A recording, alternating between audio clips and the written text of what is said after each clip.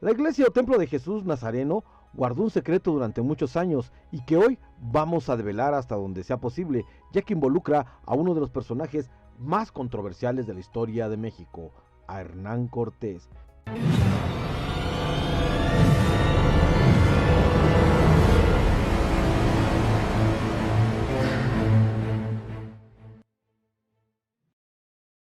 El templo se encuentra sobre mesones entre Pino Suárez y 20 de noviembre, a un lado del primer hospital que se hiciera en Nueva España y que estuviera bajo el cuidado de la familia de Cortés hasta el año de 1936, que muriera el último de los descendientes de este personaje. Ese lugar, según la tradición, también fue donde Cortés y Moctezuma II se vieron por primera vez.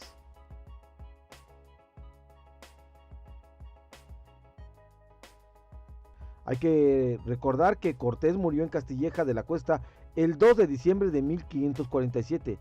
Pocos días antes había redactado el testamento que habría de dar origen al largo peregrinaje de sus restos, que a la fecha cuenta ya probablemente con unas 6 exhumaciones. Y es curioso que el personaje más controversial de México tenga su última morada en un sitio que ha sido casi olvidado por el odio y el rencor que le guardan muchos mexicanos. Vamos a platicar un poco sobre lo que hay dentro de este templo que está a nuestras espaldas, porque es bastante importante y paradójico y contiene muchas cosas, ¿no? Sí, la verdad es que son bastantes cosas porque, por ejemplo, estamos en la esquina donde él se encontró con Moctezuma. Exactamente. Esto fue en noviembre de 1519. Posteriormente, tras la caída de México Tenochtitlan, Tlatelolco, de los mexicas en general, Cortés regresa a España. Así es. Y tras varios dimes y diretes con el rey, muere en 1547. Esto en medio de una pobreza que yo creo que él ni se esperaba. Claro que no. Y de hecho aquí viene lo paradójico, porque allá en España, donde está su estatua, hay una imagen que salió hace poco, donde está precisamente con la pierna sobre dicen una cabeza indígena, pero no es una cabeza indígena, es un ídolo, representando todas estas batallas que él ganó, etcétera, etcétera. Y obviamente a mucha gente le hizo daño. Esa estatua ha sido pintada muchas veces como manifestación de descontento, pero bueno, son cosas de la historia que no podemos negar hoy y siempre. Siempre van a estar. Siempre van a estar. Aquí atrás de la iglesia también hubo un hospital, el Hospital de Jesús, donde, no sé si sabías, fue donde se hizo la primera operación a corazón abierto. No. O sea, iban a la vanguardia de todo esto, y hasta todavía el siglo pasado ya seguía manteniéndose con dinero de los descendientes de Cortés. Este es un dato que poca gente sabe, no todo el mundo habla de Cortés mal, todo eso, sí. Pero pasaban ese tipo de detalles. La gente dice que quisiera volver a sus raíces, a todo. México prehispánico. A México prehispánico.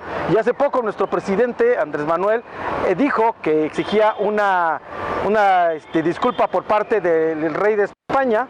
Y estamos hablando que en aquel entonces ni siquiera estabas hablando de México, no había tampoco España como la conocemos ahora. Así que lo ideal, amigos, es prepararse bien en lo que es la historia para poder discutir y debatir. Y no sé, ¿quieres agregar algo más? Porque continuamos.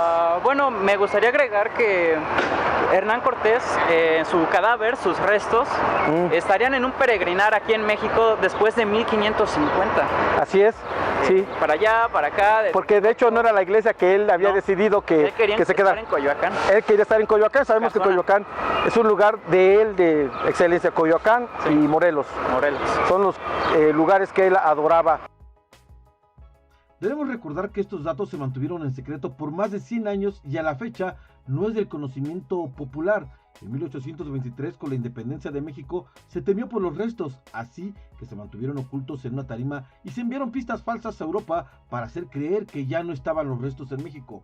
Lucas Alamán fue el personaje que planeó el ocultamiento y que corría el riesgo de que todo cayera en el olvido. Sin embargo, dejó pistas en la embajada española para que fuera hallada y volvieron a ser descubiertos para colocarlos en un nicho en la pared de manera prácticamente anónima, hasta el siglo pasado, en 1946, que unos investigadores hallaron el documento que explicaba todo.